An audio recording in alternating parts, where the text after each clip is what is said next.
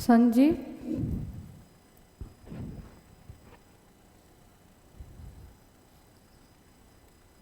Sanjeev. Yes ma'am. Last class में हमने देखे थे EPF, employees provident fund.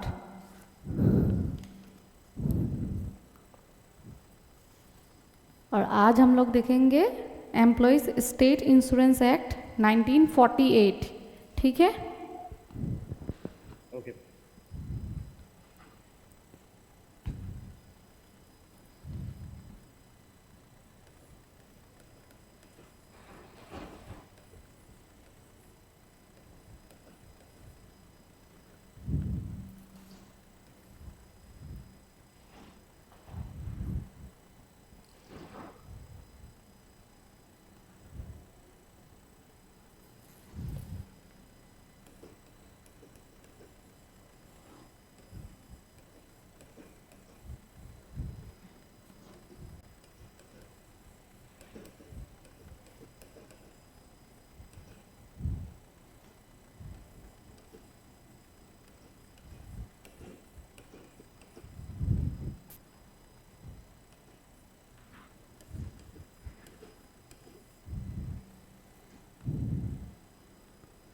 The Employees State Insurance Act 1948 is the first major legislation on the social security।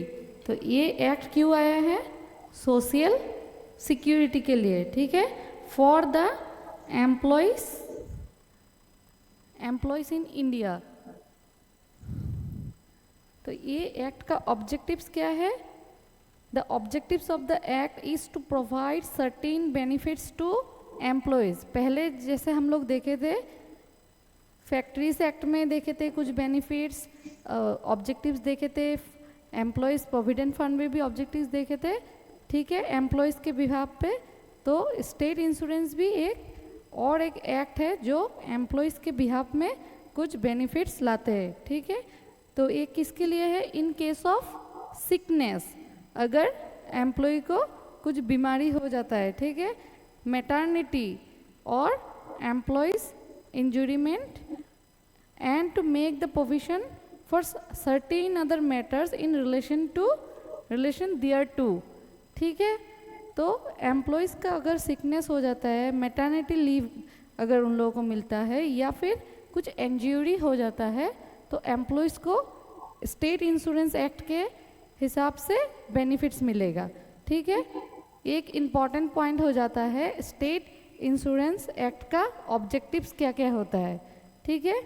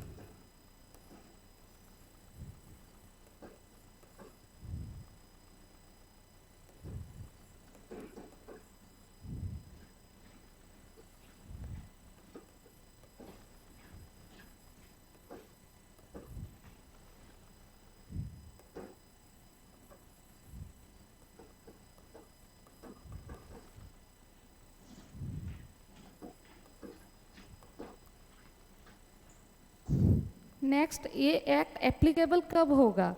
First of all extend to whole of India. पूरे India में ये act applicable होगा। ठीक है? संजीव रेस्पॉन्स करते रहना। हाँ, okay ma'am. In the first instance applicable to all factories. ये एक्ट फैक्ट्रीज के लिए मेनली एप्लीकेबल होगा, और अप्रोप्रिएट गवर्नमेंट में in consultant with the corporate, अगर गवर्नमेंट कंसल्टेंट करते हैं where the appropriate government is state government with the approval of CG का अप्रूवल लेके आफ्टर गिविंग 1 month नोटिस भी देना होगा। ये सब एक छोटा छोटा पॉइंट है जो इम्पॉर्टेंट होता है, जो हम लोगों को ध्यान में भी रखना होगा। फर्स्ट किस में यूज होगा, किसके लिए एप्लीकेबल होगा? To all factories. Yes, ma'am. फैक्ट्रीज के लिए ये है, अदर देन सीजनल फैक्ट्रीज। अगर सीजन फैक्ट्रीज है तो फिर ये एक्ट एप्लीकेबल नहीं होगा, ठीक है। Okay, ma'am. और अप्रोप्रिएट गवर्नमेंट में with the approval of CG, तो गवर्नमेंट क्या कर सकता है, सीजी का अप्रूवल लेके किसी इंडस्ट्री में टू एनी अदर एस्टैब्लिशमेंट और classes of establishment, industrial, commercial और एग्रीकल्चरल में भी ये एक्ट एप्लीकेबल करवा सकता है। लेकिन उसके लिए क्या करना पड़ेगा, 1 month नोटिस देना होगा, ठीक है, by notification in the official gazette. Official gazette में नोटिस निकल के उसके बाद ही आप ये एक्ट एप्लीकेबल करवा सकते हैं। और है क्या, एक a factory or an establishment to which this act applies to continue to govern by this act, notwithstanding that number of persons employed therein at any time falls below limit specified by under this act। इसमें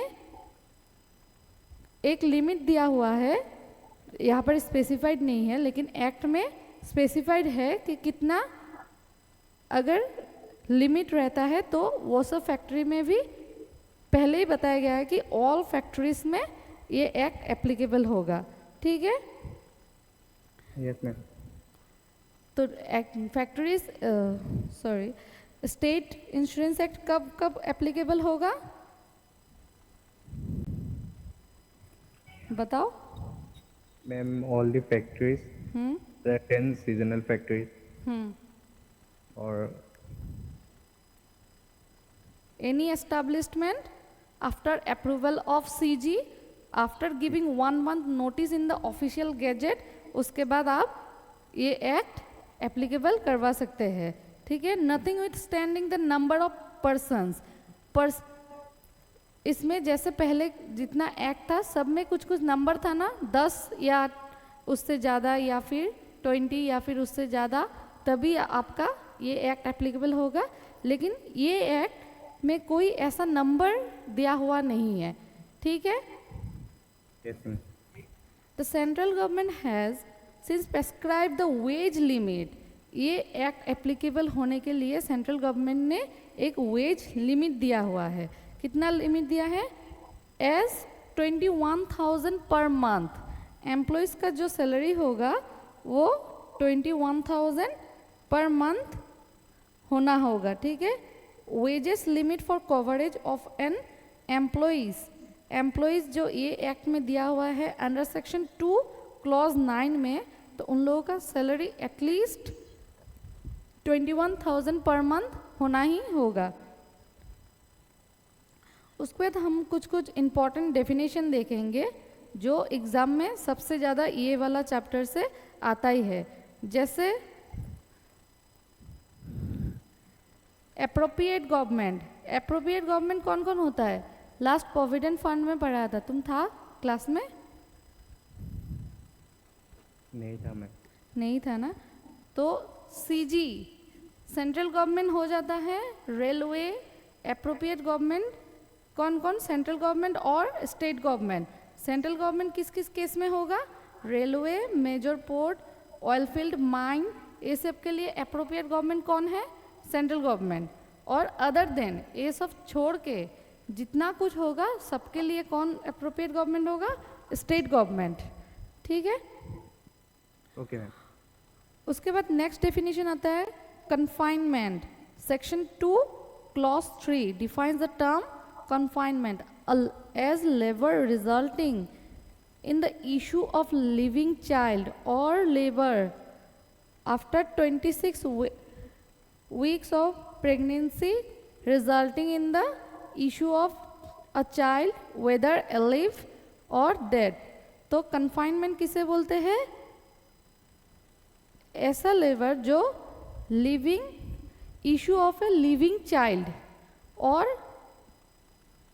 labour after 26 weeks of pregnancy में अगर रहेगा तो वो सब confinement labour बोल के उनको माना जाएगा, ठीक है। जैसे डिपेंडेंट और एक इम्पॉर्टेंट डेफिनेशन आ जाता है, section 2 clause 6A defines the term dependent. Dependent कौन है? As any of the following is a deceased insured person, जिसके बिहाफ पे इंश्योर किया जाएगा, ठीक है। तो कौन कौन डिपेंडेंट में आ जाएगा? अ विडो, अ लेजिटिमेट और एडॉप्टेड सॉन। तो डिपेंडेंट कौन कौन है? विडो है, adopted sons who has not attain the age of 25 years और अनमेरिड लेजिस्मेट और एडॉप्टेड डॉटर, ठीक है। विडोड मदर, तो वो लोग क्या हो जाएंगे? डिपेंडेंट, ठीक है। इंश्योरेंस के केस में डिपेंडेंट कौन कौन हो जाएंगे? Widows, adopted son, adopted daughter, widowed mother if wholly dependent on the earning of the insured person। जिस एम्प्लॉय के बिहाफ पे आप इंश्योरेंस करवा रहे हैं तो डिपेंडेंट कौन कौन होगा वही ये डेफिनेशन में बोलते हैं। जैसे होली डिपेंडेंट कौन है? On the earning of the insured person at the time of his death. अगर डेथ हो जाता है, जो पर्सन होली उनके ऊपर डिपेंडेंट होते हैं तो वो भी इस केस में आ जाएगा डिपेंडेंट में, ठीक है। अब माइनर ब्रदर, अगर उसका कोई छोटा भाई होगा, एन अनमेरिड सिस्टर और widowed sister if a minor. समझ में आ रहा है क्या बोल रहा है? डिपेंडेंट कौन कौन है? हम लोग के ऊपर डिपेंडेंट कौन है?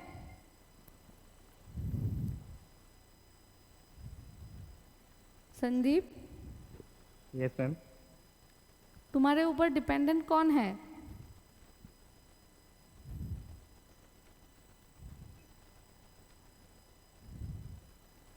तुम्हारे ऊपर तुम्हारे मम्मी पापा डिपेंडेंट नहीं है? है मैम। है ना? तो अगर तुम्हारे बिहाफ पे इंश्योरेंस होता है तो तुम्हारे केस में तुम्हारे मम्मी पापा डिपेंडेंट है।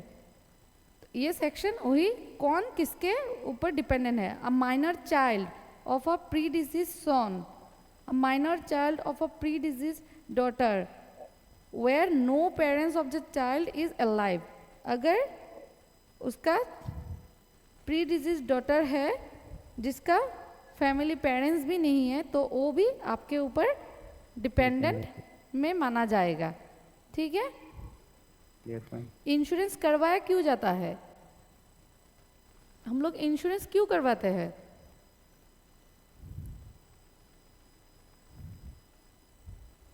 बिकॉज हमारे जो डिपेंडेंट है वो उनका फ्यूचर सिक्योर है। हाँ, फैमिली के बिहाफ में या फिर जो डिपेंडेंट है उनका फ्यूचर बेनिफिट के लिए, ठीक है। Yes, ma'am. तो ये सेक्शन में ये सब बताया गया है कि डिपेंडेंट कौन कौन होता है।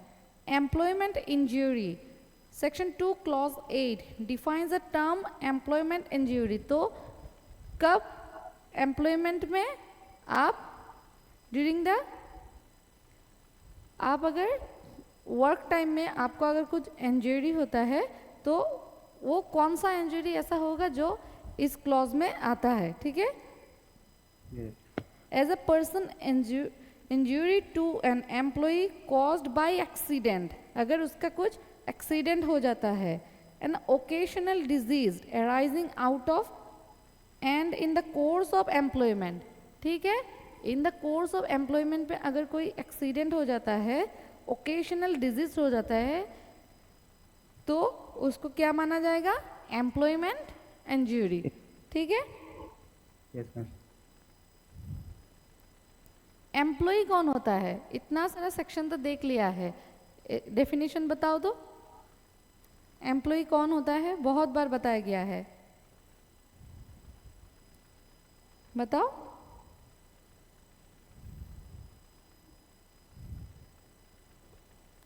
सेक्शन 2 क्लॉज 9, ये सब इंपॉर्टेंट क्वेश्चन है, एग्जाम में पूछा जाता है।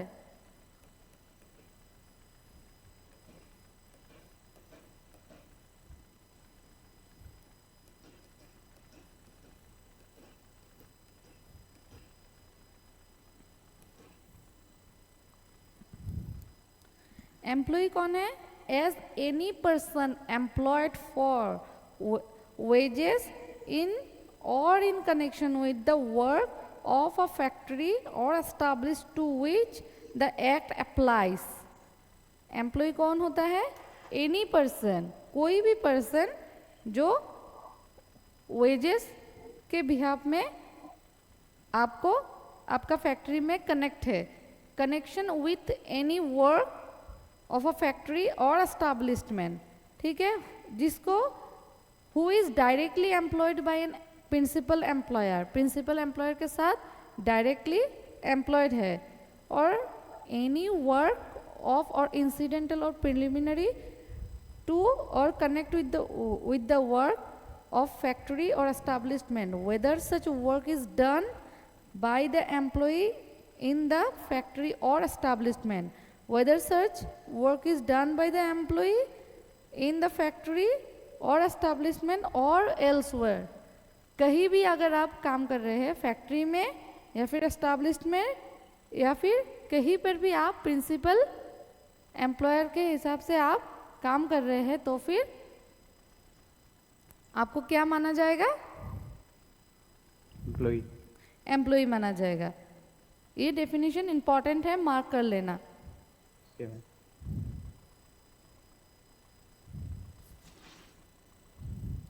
नेक्स्ट हम लोग देखेंगे family, section 2 clause 11।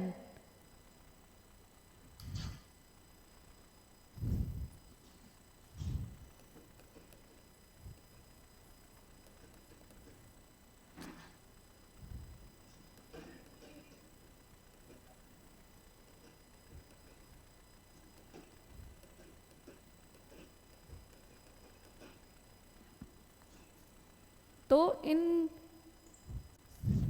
Employees state insurance act के हिसाब से फैमिली कौन कौन होता है? एज ऑल और any of the following relatives of an insured person, जिसका इंश्योरेंस किया जा रहा है उसका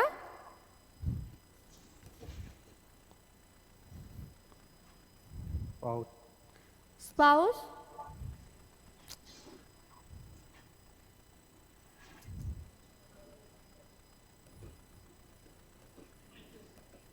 मतलब उसका वाइफ या फिर हस्बैंड, अ माइनर और एडॉप्टेड, माइनर चाइल्ड लिखते थे, ठीक है, ओके, और adopted child, a child who is wholly dependent on the earning of the insured person who is receiving education till he और she attend the age of 21 years. जैसे तुम्हारा as कितना है? 23 में।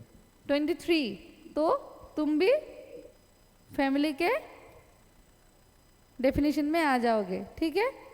Okay ma'am.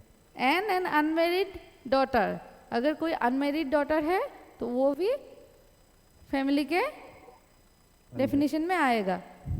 A child who is infirm by reason of any physical and mentally abnormal अगर है तो वो भी क्या हो जाएगा? फैमिली के डेफिनेशन में आ जाएगा। Dependent person, sorry dependent parents whose income from all sources does not exceed such income as may be prescribed by the central government, dependent parents भी फैमिली के डेफिनेशन में आ जाएगा, ठीक है। नेक्स्ट हम लोग इतना टाइम से क्या सुन रहे हैं? Insured person, insured person. तो अभी हम लोग क्या देखेंगे? इंश्योर्ड पर्सन कौन होते हैं, उसका डेफिनेशन क्या है, ठीक है।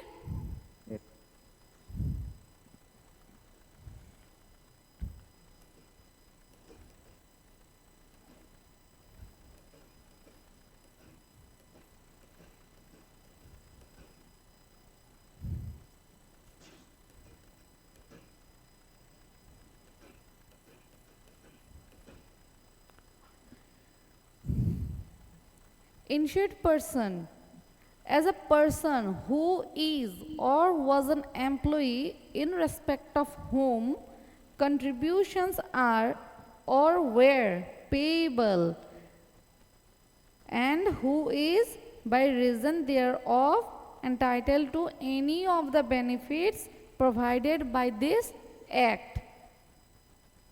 एक्ट के हिसाब से जिनको बेनिफिट मिलना चाहिए था, जो उनका क्या है, पेबल है, ठीक है। Yes ma'am.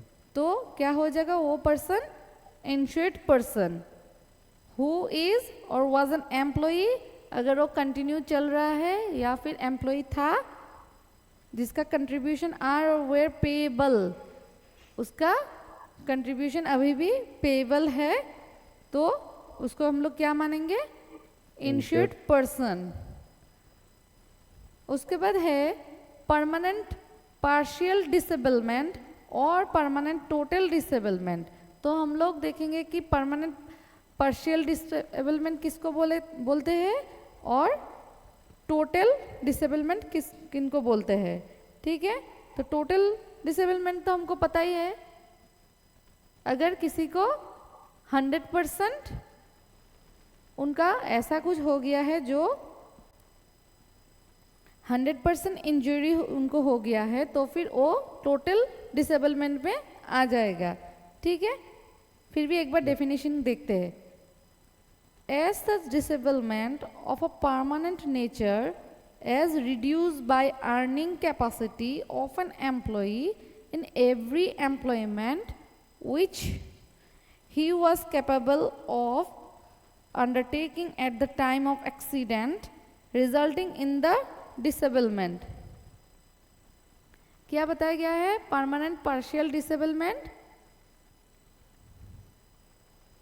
जिनका अर्निंग, उनको वो इंजरी होने के वजह से उनका अर्निंग कम हो जाता है, रिड्यूस हो जाता है, तो फिर he was capable of undertaking at the time of accident and resulting in disablement. Every injury specified in part 2 of the second schedule shall be deemed to result in, second schedule में part 2 of the second schedule में जिनको बताया गया है कि permanent partial disablement, ठीक है। Yes ma'am. जो मतलब काम कर सकता है लेकिन उसका जो वेजेस है वो अर्निंग कैपेसिटी रिड्यूस हो जाएगा, ठीक है। तो फिर उनको हम लोग क्या बोलेंगे, पार्शियल डिसेबलमेंट। और टोटल डिसेबलमेंट क्या होता है, as such disablement of a permanent nature as incapacities of an employee for all work he was capable of performing at the time of accident as such disablement. क्या बोल रहा है कि incapacities, permanent nature as incapacities an employee for all work which he was capable of performing at the time of accident in such disablement. The permanent total disablement shall be deemed to result from every injury specified in part 1. इसको highlight कर लेना please. Okay ma'am. Part 2 of second schedule बोलता है permanent partial disablement, और part 1 second schedule from any combination specified in part 2 thereof where the aggregate percentage of loss of earning amount to 100%, ठीक है, 100% और more, मतलब उनका जो earning capacity है वो 100% रिड्यूस हो गया है, तो उनको हम लोग क्या मानेंगे, टोटल डिसेबलमेंट, ठीक है। वो कहाँ पर बताया गया है, पार्ट 1 सेकेंड शेड्यूल में, ठीक है, और other then part 2 second schedule, ठीक है। Second schedule, yes ma'am. Next definition हम लोग देखेंगे वेजेस। जो सबसे ज़्यादा इम्पॉर्टेंट है स्टेट इंश्योरेंस एक्ट में।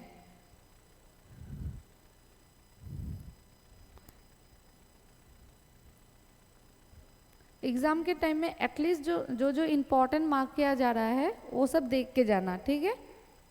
Yes ma'am, okay. Section 2 sub clause 2(2) defines the term wages as all remuneration paid or payable in cash to an employee। किस में पेड किया जाता था? In cash to an employee. If the terms of the contract of employment, वो contract भी हो सकता है एक्सप्रेस और इम्प्लाइड। एक्सप्रेस करके भी बताया जा सकता है या फिर इम्प्लाइड भी हो सकता है। were fulfilled and include any payment to an employee in respect of any period of authorized leave। इसमें include क्या क्या हो जाएगा wages में? authorized leave, lockout, strike which is not illegal। strike हो लेकिन वो illegal नहीं होना चाहिए, ठीक है। Yes ma'am. ले ऑफ का डेफिनेशन पता है? ले ऑफ क्या होता है?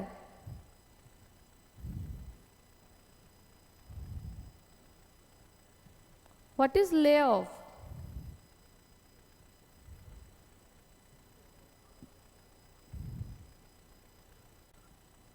बताओ।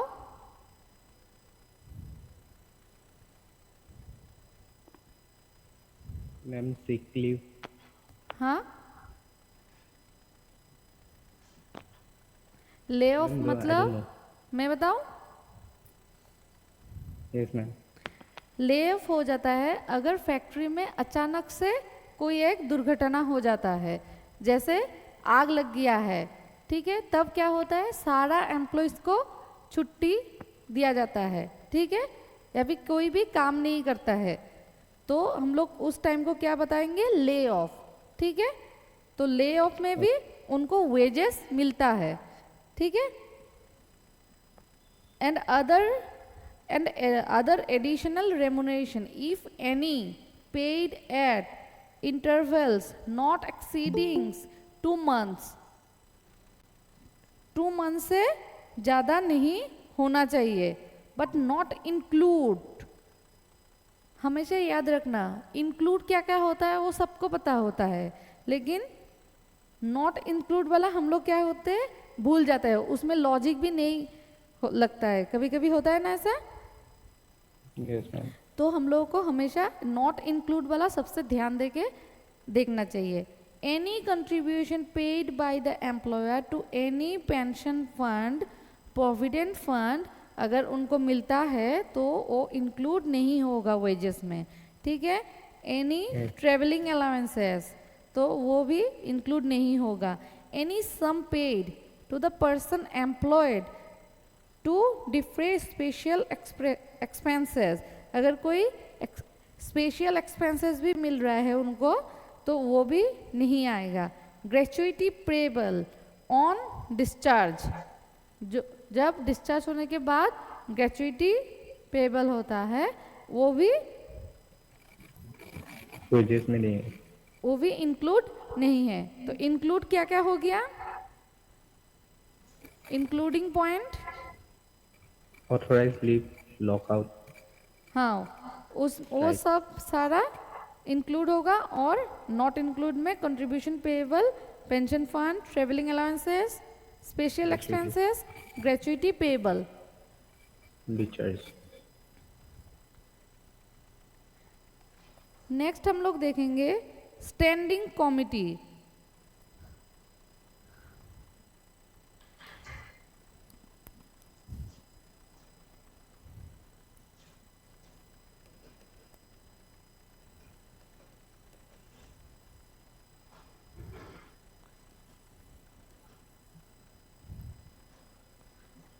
सेंट्रल गवर्नमेंट और स्टेट गवर्नमेंट छोड़ के भी कुछ कुछ कमिटी बनाया जाता है, जैसे एक हो गया स्टैंडिंग कमिटी और एक है मेडिकल बेनिफिट काउंसिल, ठीक है। ओके। स्टैंडिंग कमिटी और मेडिकल बेनिफिट काउंसिल, ये दोनों को भी इंपॉर्टेंट मार्क कर लेना, ठीक है। ठीक है मैम। तो स्टैंडिंग कमिटी में कौन कौन आ जाएगा? Standing committee which shall be constitute form among its members consisting of a, एक चेयरमैन होगा, 3 member of corporation,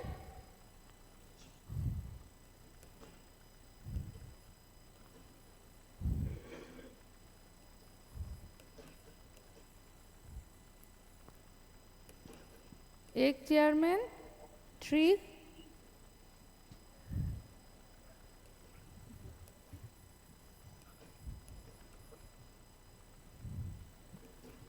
members of corporation,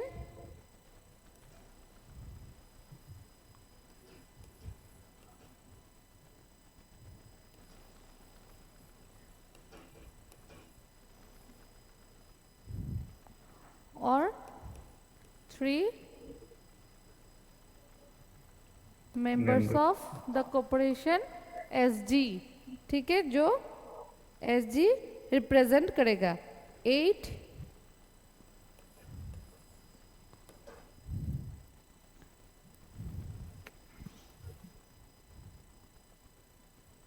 members कौन इलेक्ट करेगा? Corporation, elected by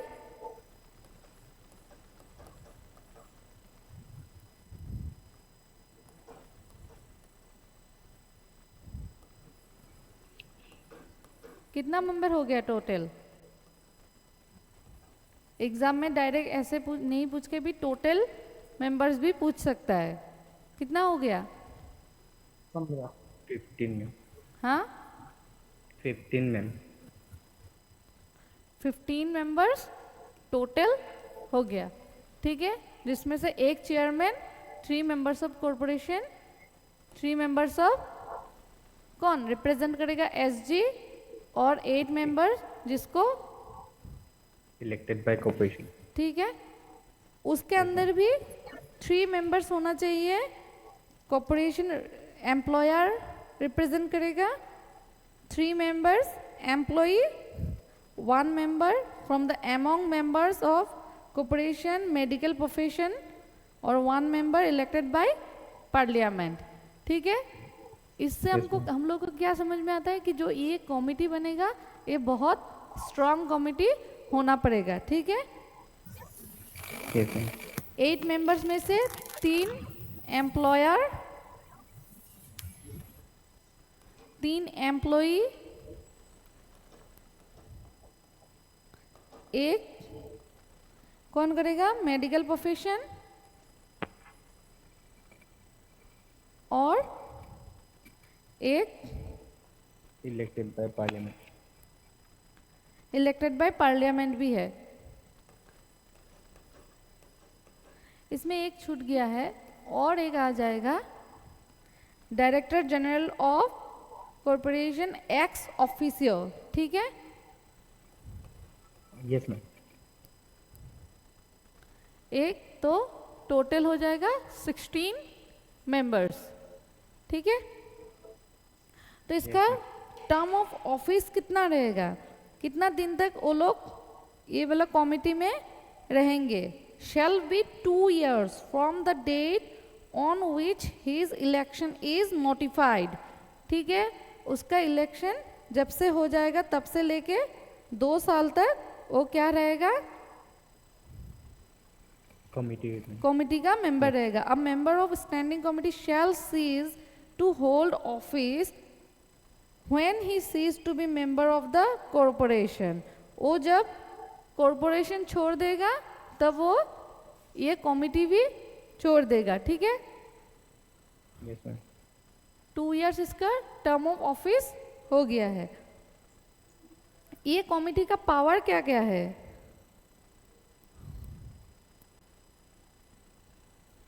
section 18 provides that subject to the general superintendence and control of the corporation, the standing committee shall administer the affairs of the corporation, ठीक है।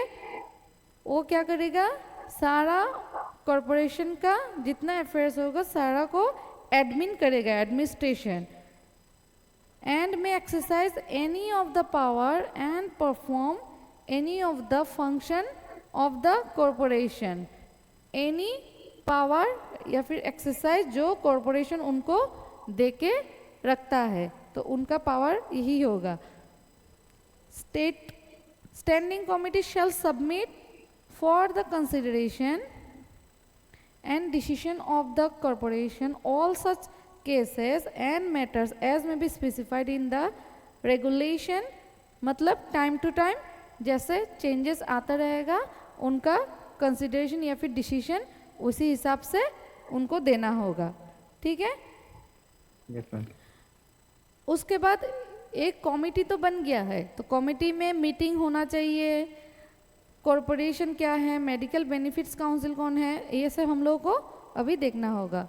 तो medical benefits council देखें.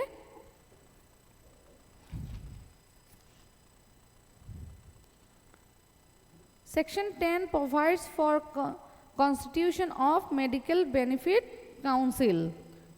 तो इसमें कौन कौन रहेगा? The director general of ESI. जैसे ESI क्या है, किसका शॉर्ट फॉर्म है? State employees state insurance. ESI का जो डायरेक्टर जनरल है ex officio chairman. Director general health service ex officio को चेयरमैन. चेयरमैन को चेयरमैन मेडिकल काउंसिल का मेंबर होगा. ठीक है. Yes, ma'am. Medical commissioner of the corporation. उसके बाद 1 मेंबर ईच रिप्रेजेंटेटिंग कौन करेगा? स्टेट. एक मेंबर स्टेट रिप्रेजेंट करेगा. 3 मेंबर्स एम्प्लॉयर, 3 मेंबर्स एम्प्लॉई. जैसे हम लोग इसमें देखे थे 8 मेंबर्स इलेक्टेड बाय कॉरपोरेशन, वैसे ही सेम 3 एम्प्लॉयर के बिहाफ में होगा, 3 एम्प्लॉय के बिहाफ में और 1 स्टेट के बिहाफ में और 3 members represented by medical professions. ठीक है. और इसमें एक इम्पॉर्टेंट पॉइंट है, among them one shall be woman. ठीक है. जितना मेंबर्स मेडिकल प्रोफेशन रिप्रेजेंट करेगा उनमें से एटलीस्ट एक वुमेन होना ही पड़ेगा. ठीक है. Yes, ma'am. उनका टर्म ऑफ ऑफिस कितना है? 4 years from the date on which the appointment is notified. State committee का टर्म्स ऑफ ऑफिस कितना था? 2 years. 2 years. और मेडिकल बेनिफिट काउंसिल का 4 years. 4 years. ठीक है. उनका ड्यूटी क्या क्या बन जाता है? Duties of medical benefits. उनका ड्यूटीज होता है advise the corporation and state committee. क्योंकि हम लोग इंश्योरेंस करवा रहे हैं तो मेडिकल बेनिफिट काउंसिल बनना जरूरी हो जाता है. ठीक है. तो उनका ड्यूटी हो जाता है एडवाइस करना on the matters relating to administrative of medical benefits and the certificate for purposes of the grant of benefits and other conducted matters. Have such powers and duties investigation as may be prescribed in relation to complaint against the medical practitioners. अगर medical practitioners कोई भी advice करता है, prescribe करता है तो वो सब भी मेडिकल बेनिफिट काउंसिल का ड्यूटी बनेगा. Perform such other duties connected with the medical treatment. Medical treatment के बिहाफ पे अगर कोई ऐसा ड्यूटीज होगा वो भी उनको परफॉर्म करना होगा. ठीक है. Yes, ma'am. मेडिकल काउंसिल कब डिस्क्वालीफाइड होगा? Shall be disqualified as a member से डिस्क्वालीफाइड हो जाएगा if he is declared to be unsound mind. Unsound mind मतलब इन जनरल लैंग्वेज में हम लोग जिसे पागल बोलते हैं. ठीक है. Yes, ma'am. तो वो क्या हो जाएगा? डिस्क्वालीफाइड. और अनडिस्चार्ज इंसॉल्वेंट, वो इंसॉल्वेंट डिक्लेयर हो गया है. ही हैज़ डायरेक्टली और इनडायरेक्टली बाय हिमसेल्फ और his partner any interest in a subsiding contract with any work being done for corporation, ऐसा कोई काम में इन्वॉल्व है जिससे कॉरपोरेशन का नुकसान होता है, ठीक है। इंटरेस्ट इन द, ठीक है। इफ बिफोर और after commencement of this act he has convicted for an offence, ये एक्ट बनने से पहले या फिर बाद वो अगर मॉरल टर्पिट्यूड में कन्विक्टेड पाया जाता है तो वो भी डिस्क्वालीफाइड में आ जाएगा, ठीक है। Yes ma'am.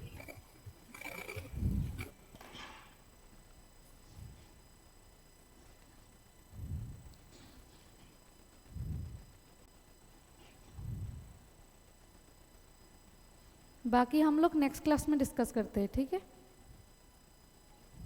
Okay ma'am.